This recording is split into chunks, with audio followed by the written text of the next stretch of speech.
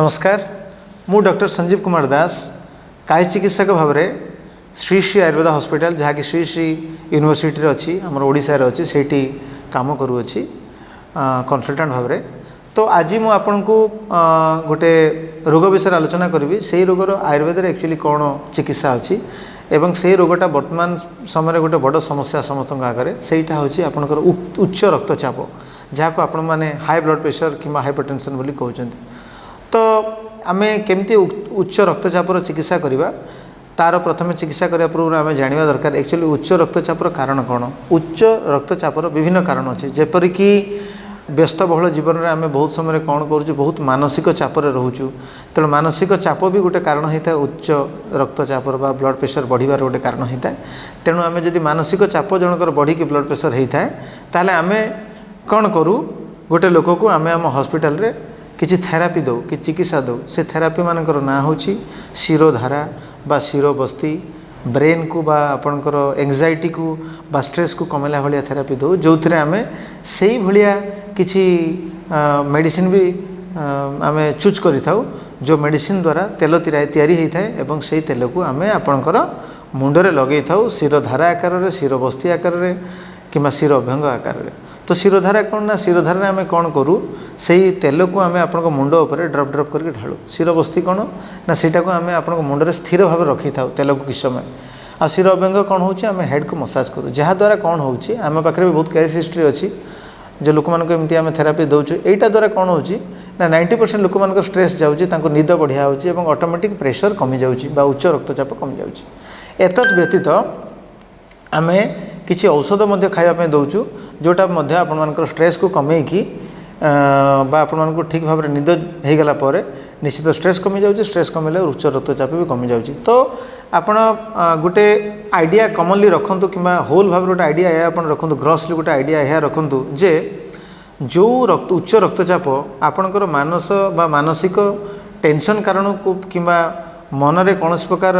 Stress कारण मानसिक चाप कारण जदि आपणकर प्रेशर बढ़ुची तो आपन को यही चिकित्सा ना पड़ो। विशेष भाव में आम गोटे लोकर निद्राटा को बढ़ाई दो गोटे लोक से चिकित्सा नेला फल निद अधिक आसे ताकू जहाँफल कौन कि ना से प्रकार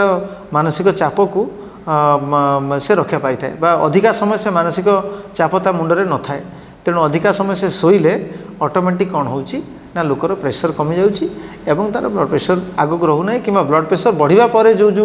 रोग मैंने होना से रोग मान होना यहाँ गोटे कारण गला आप मानसिक चाप कारण जदि प्रेशर बढ़ुची ताहले आप कौन चिकित्सा ने। सेकेंड हूँ कौन बहुत लोक अच्छा जो मानकर दैनंदिन खाଇବା खाद्यपेयर आपणकर ठीक भाव से ठीक समय करूना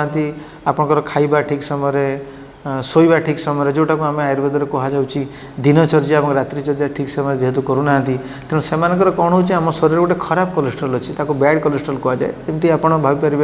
आपंकर ट्राइग्लिसराइड है कि लो डेंसिटी लाइपोप्रोटीन है यही खराब सब आपंकर कोलेस्ट्रोल मैंने कौन करती ना युवा सब रक्त नली जमाट बांधि जाती रक्त नली जमाट बांधिले कौन हुए आप प्रेशर दिने दिने मैंने जितेबाला आपको धीरे धीरे धीरे धीरे ताको आपण आउ अवहेला कर तार चिकित्सा करना तो शरीर भितर भितर भितर भितर रहीकि से आप प्रेशर को बढ़ाईदेला जो आम कहूँ ना यहाँ गोटे साइलेंट किलर। तेणु जदि यही कारण जदि यही सब जिन गुड़ा हो तेणु आम पाखे बहुत भल चिकित्सा अच्छी आम कौन करूँ श्री श्री आयुर्वेद हॉस्पिटल जिते यही रोगी आसुँ आम से खराब कोलेस्ट्रोलटा को बैड कोलेस्ट्रोलटा को आम शरीर बाहर करुँ। अच्छा आम केमती बाहर करुँ ना आम जाचु जमी आपण मानकर ठीक भाव में खाद्यशैली नथिबा हेतु ये सब बढ़ी तेणु आम प्रथमे आपण मानकर जो आपण मानकर आमाशय आपण मानकर पाकस्थली को आम प्रथमे ठीक करुचु तापर आम कौन करुचु ना किसी औषध अच्छी जोटा कि घी द्वारा प्रोसेसिंग है कि जो आयुर्वेदिक औषध तैयारी से घी आम आपन को पीवाई दो पीवाई देले कौन हुए ना से घी पी सारापर गोटे लोकर जो जगार खराब कोलेस्ट्रोल जमा बांधी खराब चर्बी जमा बांधी से जगह से घी ताको नहीं आसो तापर आम आमर प्रोसेस सेटा गोटे लंबा प्रोसेस अच्छी 10-11 दिन प्रोसेस आपन को शेष में आम औषध देकी आपन कौन करूँ से कोलेस्ट्रोल को शरीर बाहर करदे यही जो चिकित्साटा यही चिकित्सार ना हो रेचन चिकित्सा विरेचन चिकित्सा।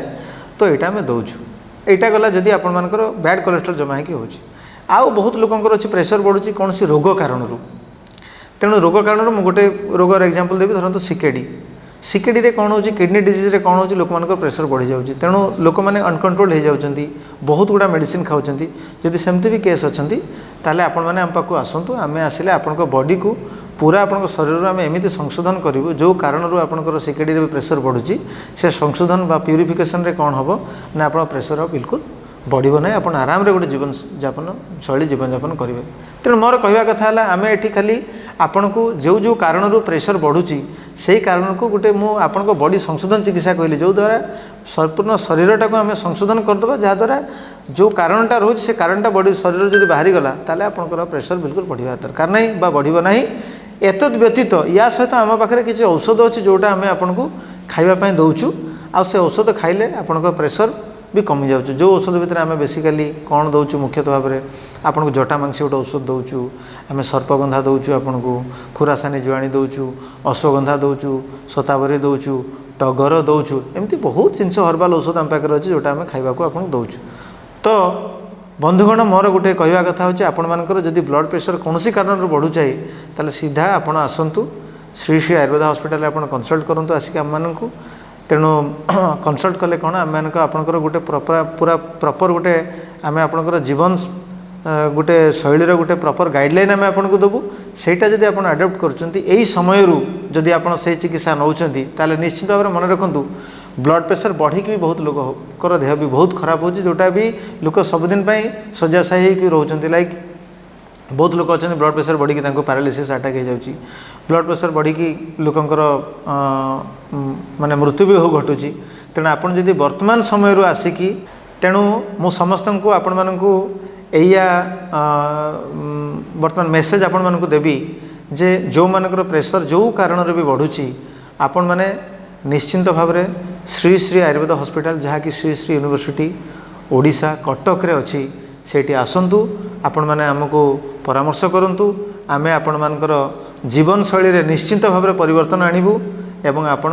जहाँ जहाँ चिकित्सा मु बतैली से चिकित्सा नवा फल रे आपण मानकर प्रेशर कमिजो एवं आपण गोटे नुआ जीवन रो आलोक पाइबे। धन्यवाद।